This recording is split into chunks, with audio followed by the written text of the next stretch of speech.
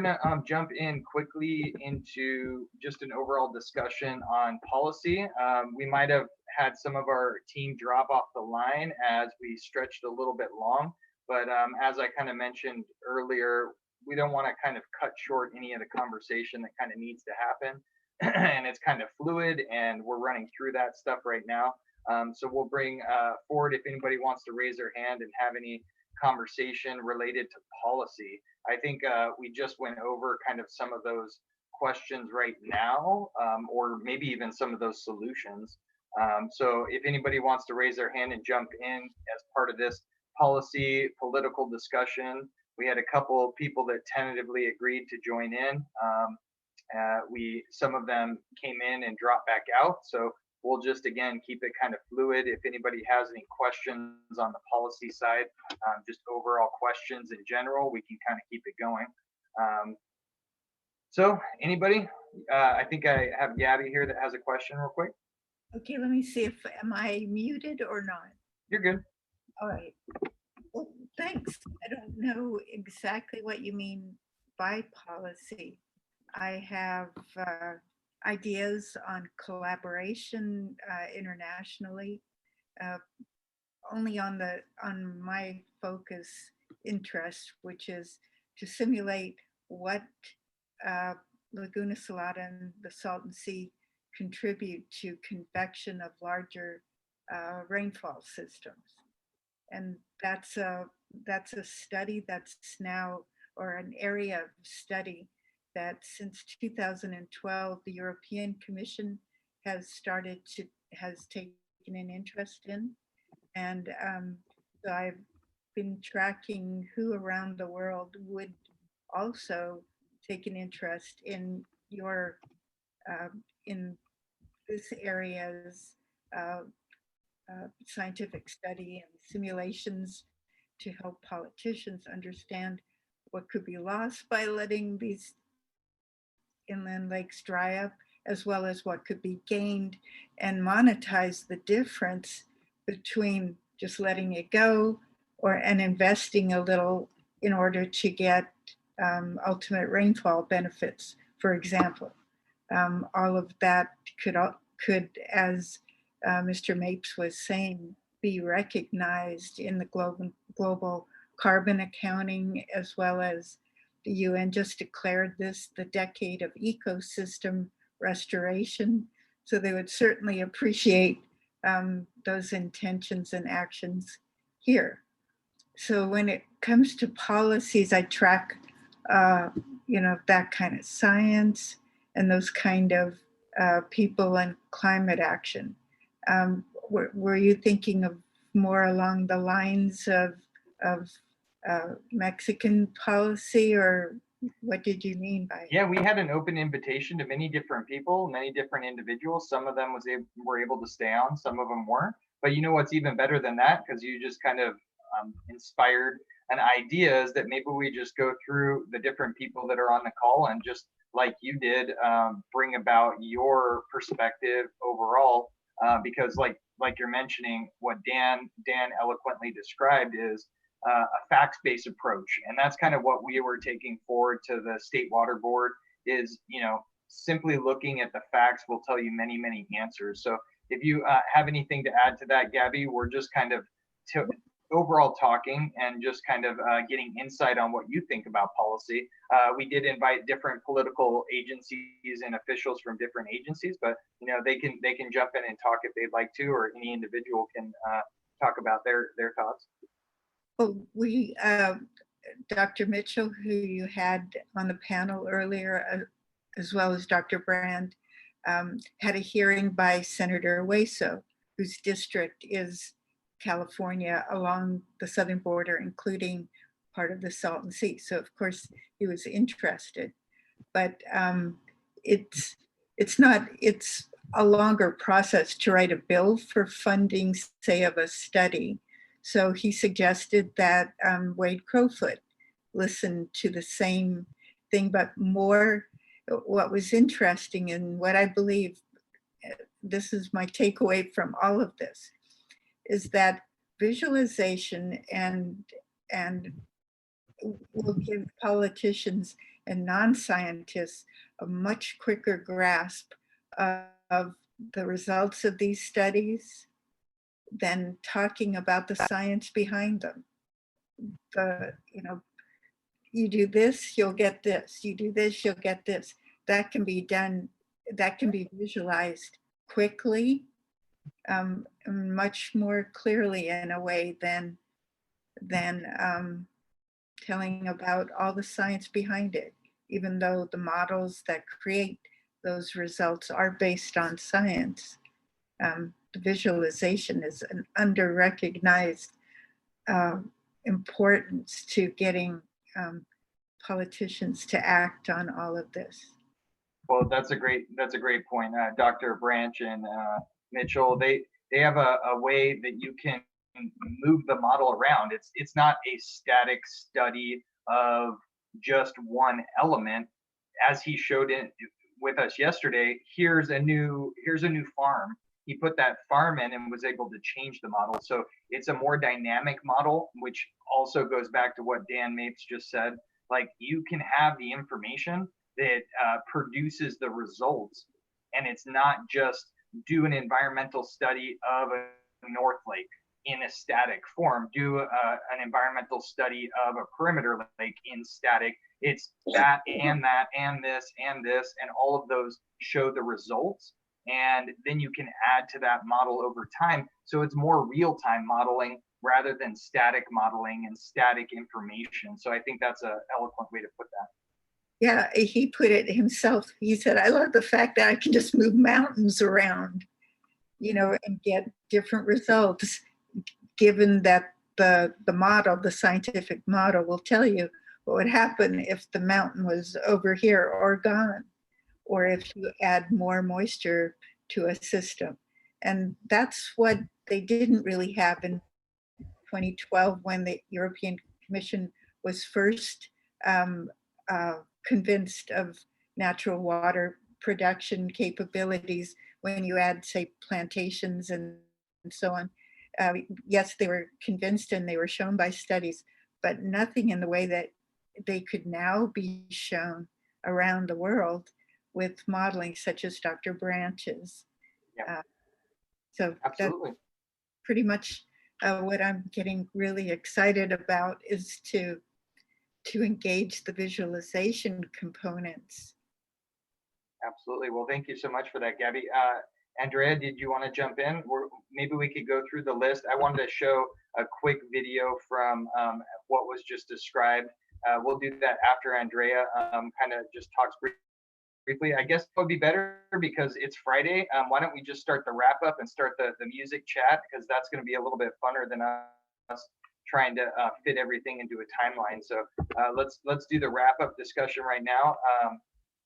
Dr. Neal, let's put you on the spotlight. Yeah, so I just wanted to thank you, Gabby, and pointing out communication is a really important aspect of anything that moves forward policy-wise. And putting things into, taking science and hardcore science and putting it into a framework that politicians can move forward is actually a really big benefit, but it's also something that takes a lot of talent and someone who's done it quite a bit, because you have to keep the fact there with what the translation of the information is into something that a general audience can understand and take it in and put action to. So thank you for your work. And I do know how difficult that is. And I also know how difficult it is for scientists to transition into that space. In scientist school, no one teaches us how to be communicators. They teach us to put our thoughts together, develop hypotheses, apply that, look at the data, make sure it's verified, but it takes another source to teach us the communication aspect. And I personally was really lucky. I got Jean-Michel Cousteau to be my communication educator. And that's something that a lot of scientists just don't have that experience. And thank you so much for your work there, and anything you can do to help us translate that material into something that is user-friendly and usable by governments, we'd be really happy to have that. Just like to thank Andrea. You just said exactly what I was going to say. I just wanted to add one little point. is that, yeah, when you step back and you look at it from 50,000 feet, yeah, the concept of producing more water vapor down in the Salton Sea, Laguna Salada, Northern Gulf, and all that other stuff, it makes sense that it's going to produce more moisture in the Colorado River. The difficulty is that communications, that step, translating the science into language that not only the politicians, but the general public can understand. And yes, it should be a no-brainer that, yeah, if you take water away from this region, you're going to have less rain. If you add water to, whether it be salt water or fresh water, it's going to help. But again, and Andrea and I and Nathan and Gabby and others have been working on this type of information for quite some time, trying to make it to where everyone can understand it is a difficult subject matter. More than that, it's I think Dan just put that into the context. It has to be fun and it has to be a game. It has to be something where people can easily visually represent. Imagine us taking a tour of Eagle Mountain, looking down over Laguna Salada, and then seeing the evaporation coming over our heads and what that's doing, and all the trees that are going to be there that are starting to be planted, and what that effect has on the region. And then you look over to Mexicali and that area being restored and populated as well. All of that stuff can be overlaid, which was pretty interesting. And I would like to see an overlay that actually not only shows the environmental aspects of what you're looking at, but the monetary. Because one of the things that came through very clear in this is, how do we develop a robust circular economy, a robust blue economy that benefits everybody? And so having that data overlaying it actually shows where the money's flowing. It shows fair wages and alerts when there aren't fair wages for jobs that should have a good uniformity and bringing robustness into the region. And it also shows the efficacy that the environmental things that we have committed to are actually what's being done. And that's extremely important as we start to look at carbon credits, we start to look at water credits, we start to look at plastic credits as a finance mechanism for putting money into these projects. And we had Mr. Reyes. Did you want to say something? Yeah, I got a question. What are you going to do about the planes at the Navy command that crashed into the sea? All that's polluting the water. How do we remove that from the water so we could go ahead and move forward in cleaning the Salton Sea? Yeah, that's a great question. So just on that topic, not only the planes that were there, all of the munitions that were spent, we kind of talked about that yesterday, and I think I got the link here that I can send you. At the beginning of the topic, we had 3 or 4 different professionals, Dr. John Freeman, and we had his associate Galen, that talked about phytoremediation and phytomining. There's actually plants that could be used that can extract some of those heavy chemicals and contamination materials. So yes, you first have to extract some large pieces of debris that might be in there, but then beyond that, you would have to actually clean up the sediment in the water. So I'll send that to you as well. We'll put that in the chat again for day 2 that kind of talked about that. But it's more than that, not just those planes, like we said, that might have fallen or gone into the sea, but it's all the agrochemicals that have built up over the many years.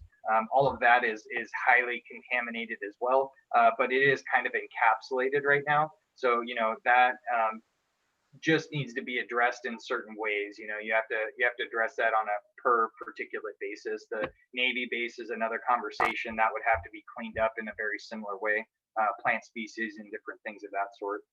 So hopefully that answers the question. A big part of it is stopping the flow of it coming in.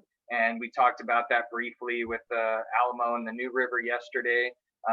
Stopping and preventing or diverting or removing the contamination that continues to come in is part and parcel to removing and extracting the contamination that's already there.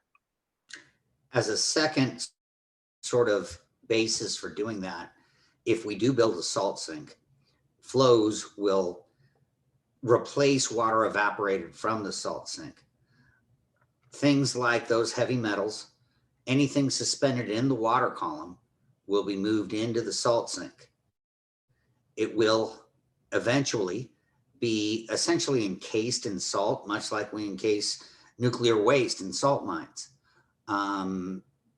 The precipitation of salt at about 350 parts per thousand will encapsulate many of the chemicals and heavier metals. That's another methodology. Rather than trying to desalinate it or decontaminate it, evaporate the water away, everything left behind gets consolidated into deposition and essentially encapsulated in salt. And hopefully if we clean all the inputs up, then 10, 20 years from now, you're going to have basically pure salt or salt with sea minerals in it rather than pesticides. But we just got to concentrate on cleaning up the inputs into the sea while depositing the existing contaminants into the salt sink. Yeah. And then I'd also like to note, while that process is occurring, there's always the capability of doing both phytoremediation systems and bioremediations using microbes. So you can have microbial systems where biofilms are going out and sequestering things like heavy metals out of the environment close to any toxic site, and then utilize those and harvest them like you do a crop. And so biofilms will encapsulate that. You can pick those up on specialized plates, but you can also do that with plants. And I know that Nathan mentioned earlier the phytomining, which is kind of a new terminology that's coming into play, where you can use plants for the mining of these kinds of contaminants and then break down the material and separate them either physically or chemically. Basically, all of the above type theories. Let me pull up real quick too. I just wanted to show that video from Versus because it's pretty on point, and he showed, you know, through slides, but it also is really important to watch what the video is too. Let's see, play.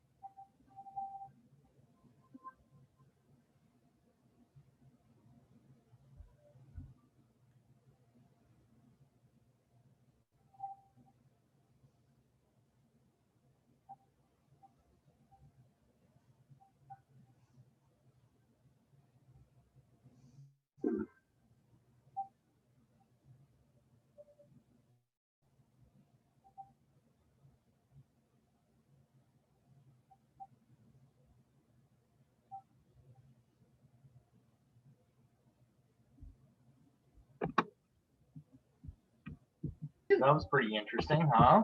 If you can imagine tracking or locating some of those things that you were describing, if you can track a plane and say, hey, we need to extract that, then you have the tools that can easily locate it. Or if you have as Dan mentioned, you have a contamination event where somebody's dumped a truckload of trash in there, we could have water sensors or something flying over, such as a drone, that would identify that in a few minutes and then bring that forward to address it.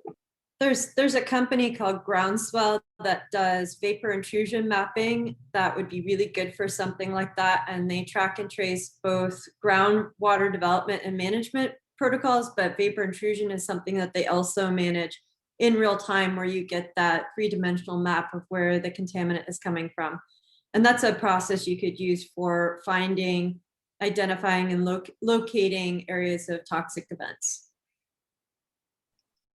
Here in San Diego, right now, the AEHS, the Association of Environmental Health Scientists that track air, water, vapor intrusion, etc., would seem to be an ideal association to connect with. I mean, Groundswell definitely speaks there. I was curious, do any of you remember Mr. Mapes said that Versus had given the HSTP protocol or algorithm to someone? I mean, they're a nonprofit. They gave the algorithm to the ICLEI, or I don't remember. Well, he has his own nonprofit. That's the Spatial Web Foundation. And so anybody can join the Spatial Web Foundation, and I could put that in the link as well. But he might have mentioned something else. I forget. We can go back to that later and find out. Yeah, if you can, like, keep your ear out to hear where he said that they had given the HSTP algorithm to, that would be interesting. Yeah, and then I think we had a question. Norm has been on the call. We'll look into that, Gabby, and try and get some additional information for you. Okay. Thank you for that. And I think we had. Is Norm still here? You can unmute yourself, Norm, and we'll bring you up on the spotlight here too.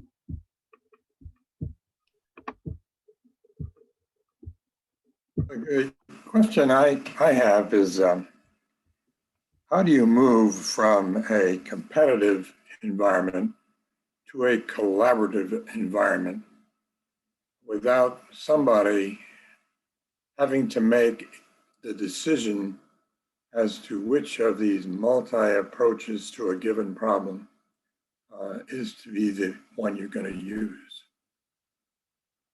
I mean, you just hit it on. Has to be a political answer to that. Absolutely right. Well, I think if that's a direct question, I think the facts speak for themselves, and that's how it should be a guiding principle. You're right. The politics involved in that question are very convoluted, but I think as we move forward, as Dan had mentioned, the facts should be the guiding principle and the driver of those decisions, because it's very easy to say, would something be more beneficial than something else? And as it relates to it being more efficient than something else, there should be a paradigm shift of consciousness in understanding the facts, and as they relate to what he mentioned in Versa is the things that are not being truthful are pulled out of the system by the helpfulness and the integration of AI. It'll automatically know when there's a piece of information that is being falsified, incorrect, or not reporting correctly. So I think, again, that goes back to the facts, but it also goes back to integration and then real-time monitoring, mapping, and reporting. Sorry, go ahead, Gabby. Oh, just quickly, my first answer to Norm would be get the fifth graders to respond to facts visualized in gamification and see what they choose. if the game is accurately representing facts, you would think that a true flyer would negotiate the right responses to those facts in a gamified visualization. And then you could say, hey, politicians, why aren't you doing what these fifth graders have chosen based on the facts? And to just add to that from what Gabby's saying, there are, like, each group has some really amazing elements. And to take one project in an entirety versus another without thinking about as something or one part of it is more efficient, that actually doesn't do the brain power justice of who's been putting all of these thoughts together.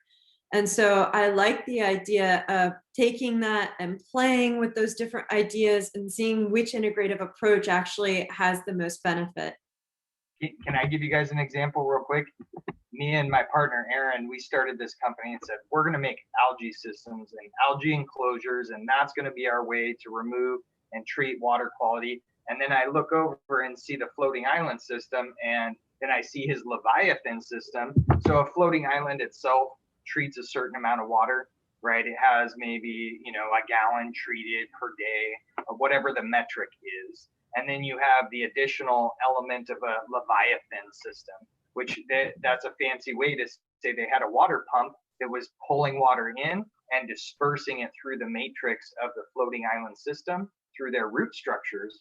That pumping system was able to enable their system to magnify its treatment rates by a factor of 10, 20, 30, 100 times. So what is a 1 acre farm of floating islands could be treating 100 acres of a traditional wetland system. So that in and of itself becomes the scientific backbone of why you've made that decision. And I started doing calculations and looking at, hey, Lake Hodges, they have a water treatment issue because Rancho Santa Fe, all the rich people of San Diego, that's their drinking water. They're really upset because their water stinks, right? Hey, rather than spending $10 million on a wetland that only treats 1/10 or 1/100th of the water, why not do floating islands in 2 Leviathans that treat 100% of their water annually? And it ends up being a $100,000, $200,000 project. But getting those implemented is always the hard part. So now our company has evolved to say, why don't we do that as a developer? Why don't we offer that as a service? And that is for us to make that decision, right? We're not giving that over to the policy makers any longer, where we're trying to beg public utilities department to implement our system. We're going to show that it works and make it fun and gamify it, right? Where it's a place where somebody can row their boat out to our island, and we have a permit to have that island there. And hey, it's a recreational opportunity, but it actually has a function element to it. So I hope that goes into your question. I know, Norm, let's get back to yours too, because you mentioned yesterday in an email just the wastewater that goes out into San Diego Bay. Give us a little bit of background on that real quick, because I like that islands approach too. I'd love to have a little island out in the ocean to treat some of that as well someday. The problem for me was spotlighted by Heal the Ocean, that gave us a figure of how much water we take out of the watershed and dump in the ocean. It's not natural. We actually pump it out there. And if that water stayed in the watershed, so that you, in effect, took the ocean out of that portion of the water cycle, you could build from the ocean inland, begin to create your own forest on the coast and build it in. And I think the accumulation of water over the years, if you had the data to see how much water we actually have taken out of the watershed and dumped needlessly into the ocean, you would find it to be a substantial figure. So Norm, while I fully agree with conservation efforts on water across the board, and we use way too much water, and we have a capability of conservation of water resources in a majority way. I also have been intimately involved with understanding that the state of California, we have not mapped our groundwater resources well, or even at all in most cases. So many of our wells that we're pulling water from aren't even on alluvial aquifer systems because those just haven't been mapped in most places. And we have a tremendous amount of water that's being delivered by groundwater underground and coming up in outfall systems from ocean floor to surface. And you can see a lot of those spaces where you see the mixing zones by satellite. But the reality is we just have not done enough mapping, tracing, and analysis of water in the state of California. And it is something that should be made a priority to really do a full-scale study of groundwater alluvial aquifer systems so we can be better managers of our water resources all the way around. And that is the topic. I mean, California and Denmark just signed its second MOU based on Denmark's abilities in aerial mapping of groundwater. So it's not visual, it's subsurface capabilities. I can't think of the name of but it was just like last week. In fact, Wade Crowfoot was on the signing of the second MOU with Denmark, focused on our groundwater management. And Stanford is a big part of this visualization. But that's extremely exciting because to date, the way we've been doing it is taking existing data from wells and only on the well logs that we could, and then developing the subsurface maps from that. And so if there is a faster approach from doing aerial mapping for the subsurface environment, that's extremely exciting for the industry. Yeah, I don't know if it's kind of like JPL, the gravity assisted groundwater mapping, so that they could tell just by the weight of the Earth's rotation how much water there is in any particular place. That was Gabby, isn't that part of Miglietti's work with the GRACE satellite out of the Jet Propulsion Laboratory, whereby you have essentially two tethered satellites, not literally tethered, but tied by laser together, whereby as they fly around in orbit, they can fly over an aquifer and measure the gravitational variance induced by the extra weight of water in an aquifer? Yeah, that GRACE is Miglietti's work with NASA JPL. I'm not sure whether the new groundwater mapping technology that Stanford and Denmark have been working on is that kind of gravity assisted mapping of groundwater. I'll find it out. We would love to see it in Ojai since Ventura is trying to steal our water. Yeah, I'll see if I can find it just by searching. It was reported, that MOU was reported. So while you talk, I'll see if I can send you a link or something to what that was about. And just the last point that wound up in my mind that the place where we needed to re-examine what we're doing is basically the creation of the wastewater. The wastewater closet has just got to be redesigned in a way that you're able to recycle the water on site and use the waste matter as a fertilizer on site and do away with these huge centralized systems that cost so much and are really ultimately not that effective. And I think Nathan has done a number of examples of architecture that look at wetlands for recirculating water.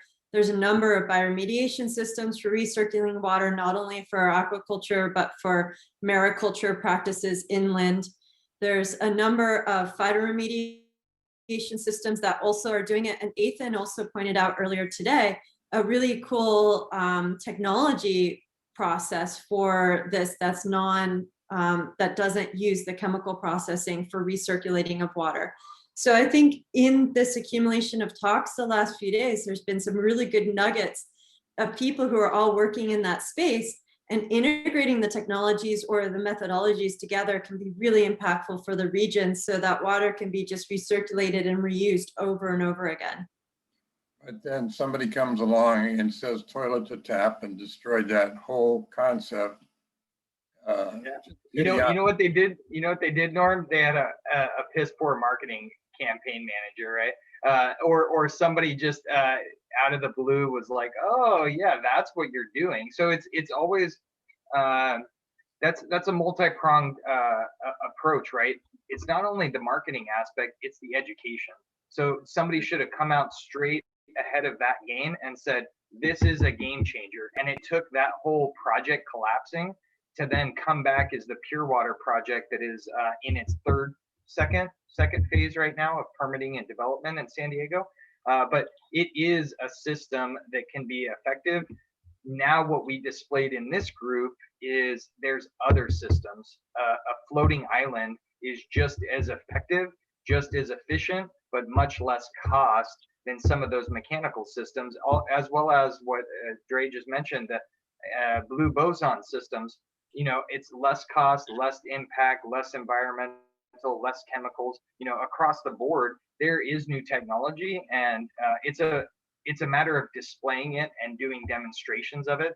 We've worked for several years trying to get one done at the Cesar Chavez Park here in San Diego. I was trying to work with the local community and the Port Authority to have a seawater demonstration, floating islands demonstration, and that's always the difficult task, is to get a land lease to do new technology. So, you know, we bring that forward in the fact that we can do that here, and we're going to have discussions with the Eco Media Compass about a collaborative land lease or partnership to do a demonstration of these type of systems on their land that we help get donated from the IID at Desert Shores. And there might be a way that we can get funding through NAB Bank or other resources to get that off the ground. We would have a sister project at potentially Campo Ramona with some of the indigenous partners here as well, the Kukapa, and have kind of two sister locations that are the demonstration while we're actually building the full scale projects.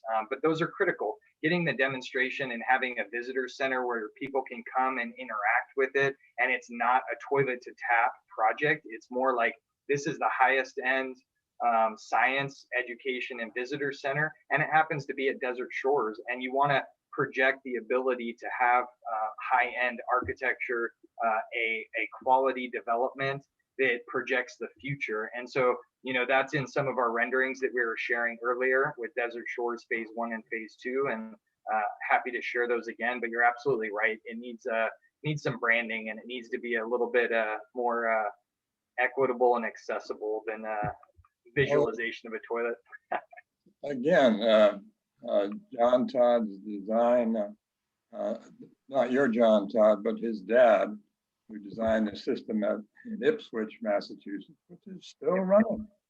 Yeah, no, so I didn't get a chance to share that yet, and we didn't have a lot of time to have Jonathan Todd, but what Norm is mentioning is the solar aquatic bioremediation system, and myself and Ned worked really hard on trying to get that here at Spanish Landing before the McMillan team redeveloped it and put grass in that location. But we were trying to do a solar aquatic bioremediation proof of concept project at Spanish Landing, along with this seawater agriculture. And at the end of the day, politics won out, and McMillan wanted a grass, you know, promenade to the back bay. And so, you know, those things happen, but we're kind of re-emerging at this point where we're taking a platform forward that makes economic sense, and it has the economic drivers, which this conference has really highlighted. It has to have that economic mechanism. And I'll second that. The number one killer of any good tech I've seen over the last 20 years that I've been in tech development has been monetary resources. You can have the best idea in the world, you can have the best tech in the world, but if you don't have a business model behind it that's sustainable, and you don't have the finances to put that business model into place, it's going to be lost either from the beginning or shortly down the line. And just like communication, as scientists and technology specialists, they don't teach us that in school. They don't teach us business. It's not part of our curriculum. So we need the combined approach of people who are in business, combining people with the tech world, so they don't have to spend a decade like me learning how to be a business person. And I will third that prospect and even suggest that, heck, 12 years ago, I was working with a very similar group in the Bay Delta. And even when you have the better, more business efficient ability to move water better, to make things more efficient, that politics and money and power have a tendency to stick with the existing power structure. And it really takes a concerted effort by folks like us to overcome such inequities. And we just really have to be solid on our facts and solid on our business plan and our communications.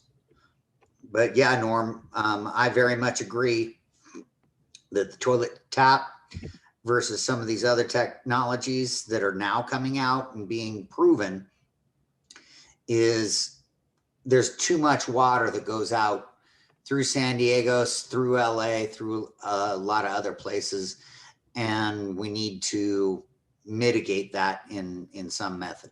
Well, I mentioned that yesterday when we had the regenerative discussion on seawater agriculture. We pour water on the dirt to grow grass, right? Grass is one of the highest farmed crops in the United States, and it doesn't produce anything. We just walk on it, right? So that idea and that concept of focusing a lot of our energy on ocean water becomes predominant. So I think we're at that point. I want to thank everybody for joining right now. We want to turn it over if we can get Alan. I know he's unmuted right now. We're going to spotlight our civil engineering partner real quick, and I want to have him be able to give kind of a closing discussion. Anything, Andrea, that you want to say as a closer? Or let's start with Rob, and then we'll go to Andrea, then we'll go to Alan, and then we'll close out with myself, if that's okay with everyone. Go ahead, Rob. You know, I quite frankly, after 3 days and all of the input from everyone, I almost have myself at a loss for words. I think we've really discussed much of what's going on. And if we can actually educate the public and the politicians as to the things that we're looking at doing, you know, I don't think, you know, in this era of political bipartisanship, I actually tend to be a little bit more conservative than many. But I truly think that all of these concepts are fully bipartisan. These are not wild, unfounded sort of things. These are things that really tackle, and I think Gabby is really familiar with this term, the water energy nexus, whereby, look, desalinating water, anything that we can do to make that process easier is great, because it is a truly expensive and messy process. From reverse osmosis to multi-phase effects, we got to find a way of doing it better, cheaper, more efficiently. But I think we've covered an awful lot of ground in a very informative way. And I thank each and every one of you for taking part in it. And let's keep going, folks. Thank you very much. Thank you, Rob. That's a rarity, because we talk for hours on end every time we talk. So I'm glad it takes 3 days to wear us out, I guess. Hey, there you go. So I've just been really impressed with everybody, and I've been so impressed with the time and effort and energy that everyone has put into thinking about these issues and finding solutions to them. And hats off to everyone for doing that, because I know what a rough road it can be. And I think it's just fantastic that everyone is caring so much to put their time and effort into this, and that it'll be really beneficial to our planet and our children and future generations. There's only one note I want to make about this event. There weren't very many women involved, and women make up half of the population and a little bit more. And it's a very important voice that needs to be heard. Same with diversity and what we see in voices. And so my only recommendation for next year is maybe we invite a lot more women speakers and bring another voice to the table, and see how that cultivates, because there's a different type of thinking that comes when you bring diversity into the thought process. Hey, Gabby, real quick, what's the gal from North Delta Cares? What's her name again? Barbara. Barbara Daly.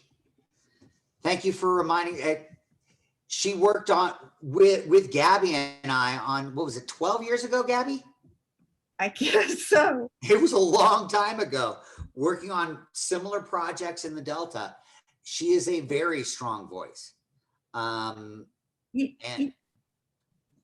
Gabby, why don't you tell us a little bit about Barbara and the Delta Tulare plan and things like that? Well, I don't know much about it, actually, so you'll have to ask Barbara Daly. But it was funny, just as you were saying, women could contribute more to some of these discussions. And just before that, the energy cost of desalination made me think of, and so here's a woman, Naomi Hollis, at the nanotech enabled water treatment center at Rice University. Nanotech. Pardon me? Is the new center.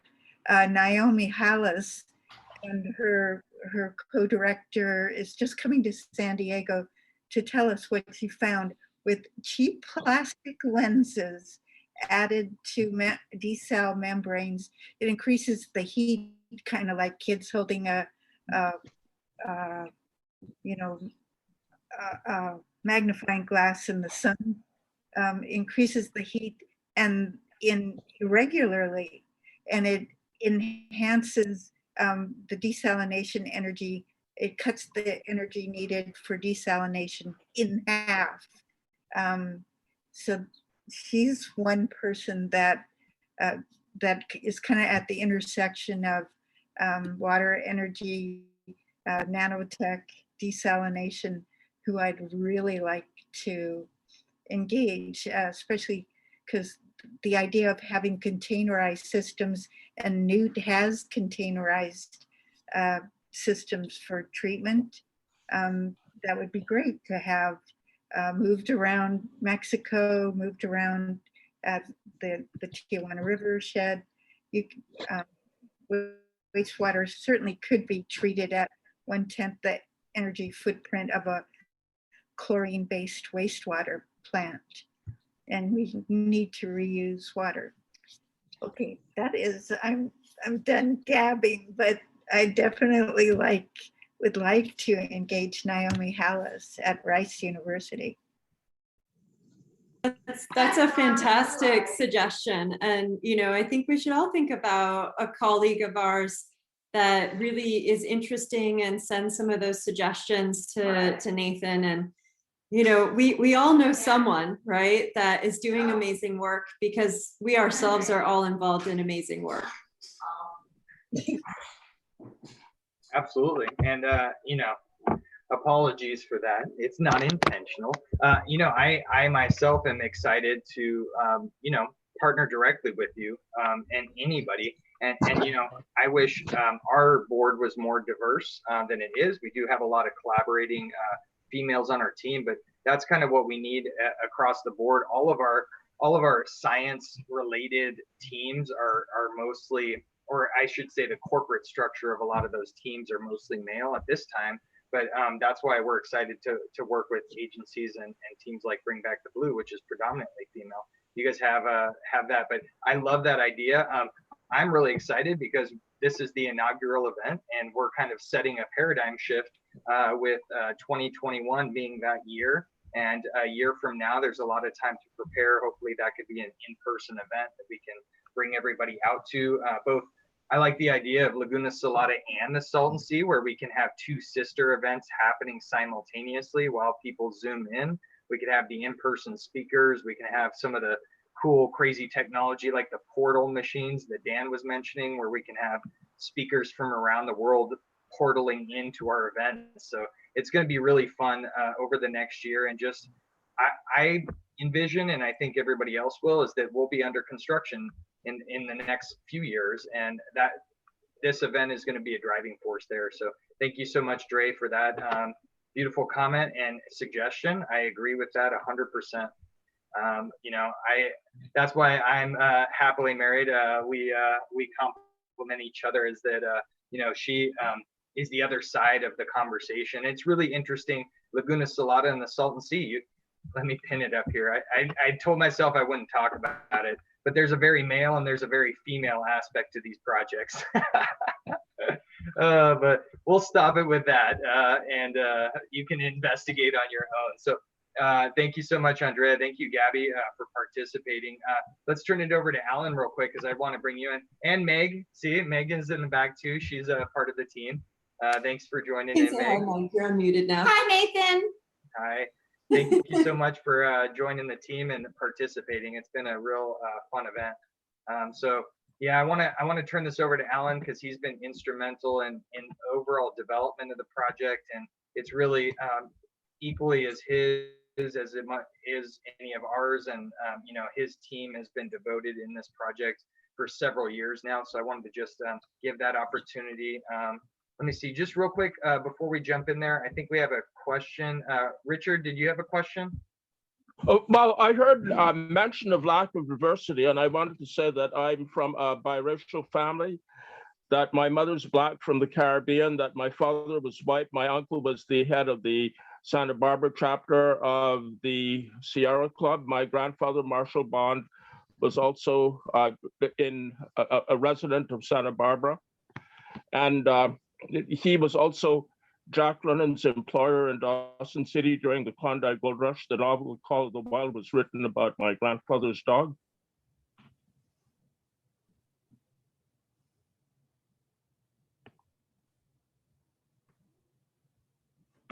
Thank you so much for those comments, Richard. I think that's our hope, is that we can diversify and include anybody that's interested in joining the conversation. So I appreciate that very much.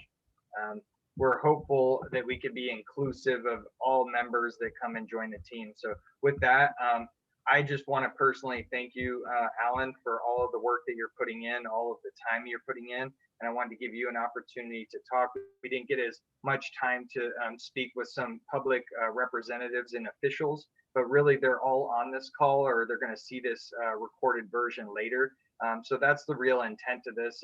We know people can't be on for 3 days, 8 hours apiece, but hopefully they can come in and see some of the content, the discourse, and this is really functioning to share with them. So with that, Alan, I want to thank you and turn it over to you. Hey, hi, Nathan, and hi, everybody. Thank you much for inviting me. I think we have seen in these 3 days a lot of good presentations, good comments, and a good feedback, you know, for many people in different disciplines. And I think we have to take all that information and integrate a good project, you know, a good plan to develop this project. You know, like you guys said before, there is a very important, you know, the communication, and also it's a very important to communicate and give a good information, because many people or many other people that they discuss about this, you know, they can give out bad information. Or now with social media, that it is very easy to say bad things, you know, about good projects. We have to take care about it, and then it's very important to communicate good information, and also I think that we have to contact with the politician because we need to develop this kind of project. Everybody's have to be involved, and we need a politician to complete this project. And also it's very important that they understand that, because sometimes when you explain this project and you say it's a lot of money, sometimes they even listen to you because it's too expensive. But at the very end, you have more benefits, for economics or social. This is very good for environmental, both sides of the border. And I think we have a lot of good things, to do in this project, in this thing we can complete. And I think it's very important to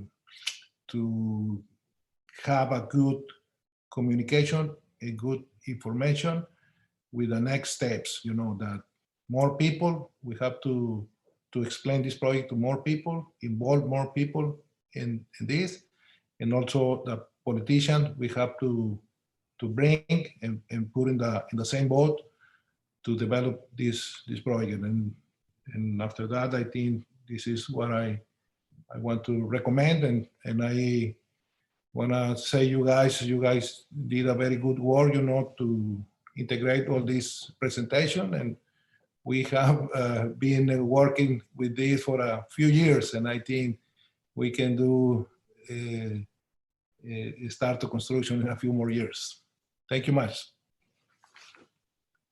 Thank you, Alan. And I keep finding amazing projects in Spain where they're dealing with similar, they're really pretty advanced in being concerned about the Mediterranean and its future. That translates well here, so that one could think of inviting, and I'll suggest a few Spanish researchers that are highly regarded at the European Commission that could be heard very easily by Spanish speakers. Even that nanotech-enabled water treatment center is run by Pedro Alvarez from Venezuela. So there are very, very forward-thinking Spanish-speaking water treatment folks that I would recommend that we engage in our communications initiatives. One thing I would like to just kind of point out and really thank Alan Dennis and his team for. Alan Dennis was responsible for sending out the first team of surveyors to actually document in a scientific way, actually seawater, ocean water flowing into an inland depression. It's the first time it's happened in about 10,000 years. I would actually also ask him, could we do another one around the same sort of tide height? See if there's any change in the amount of flows? Is that something that should be done year after year? Just to kind of monitor it, Hopefully in the next couple of years, we're going to be digging Coyote Canal deeper and getting more water flowing. But, in the meantime, we might want to do some addition, some follow-up. What do you think, Alan? Yeah, I think we can do more exploration and more survey on the field. I think we can see the high tides when it's coming, to take that information. But also, I would like to survey more about the Coyote Canal and Coyote Canal, to see how the water is running. We did we have some information, but I think we have to do more studies. And also another thing that we have to explore more on detail is to see how the water from the Laguna Salada can jump to Salton Sea. It's another phase of the project, but I think it's very important. Muchas gracias. Thank you. And I want to, so I guess we're going to close this out for today for the year, but we're still going to be working on this. So, you know, this discussion that we're having is not just a discussion of policy and politics, but it's a discussion of best practices. And I like what Rob asked, you know, can we keep studying it? And the answer is yes, we can keep studying it, but at a certain point, we need to put the message out there to all of the people involved. This can't be done at our costs. It can be, and it will be done, and we'll continue to work on it. But this is really our benefit and our contribution to the larger overall effort. And we really need not only the state, but federal agencies to step in with funding when there is a viable solution that is as low cost as this can be. And we were working with a couple different agencies. I asked one of our friends about the process of, you know, the terminology for what it would be, kind of talking about a reimbursement agreement or something like that. But there's easements or different kind of funding mechanisms have been described over the last few days. We have funding mechanisms for each individual project or each individual component, but really that takes interest and that takes contributions from seed capital funding groups, from municipalities, and our hope is that we can wrap all of that together. But overall, what I want to say about this event is that it's setting the base and it's setting the ground. And what we've done over the last few days is share a multifaceted approach to a multifaceted problem. There's not one issue at the Salton Sea. There's not one issue on the globe. Everything's multifaceted. Everything needs a multifaceted approach, because not only one piece of the component can be solved at the detriment of everything else. I use that example of the fish, the pupfish, right? You can't preserve one species at the detriment of all of the birds or of all of the fish. You have to think holistically. You have to create a holistic approach, and we have to create solutions to these multifaceted problems, not just focus on the problem itself. And the Salton Sea has been plagued with that for 40 or 50 years. Focusing on the problems doesn't get us to the point of implementation of the solution. So what we talked about today is we have a suite of parts. They can be deployed here quickly. It could be deployed in the short term, and we're open to have those coordination conversations with any official on either side of the border.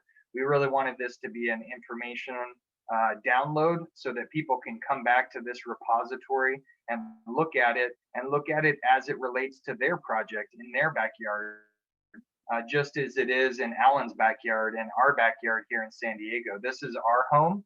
This is a way that we can contribute, and this is a way that we can deploy green projects and green infrastructure that have that global context. So first we have to look within ourselves, what we're going to contribute, what we're going to deploy, what energy we're going to put in.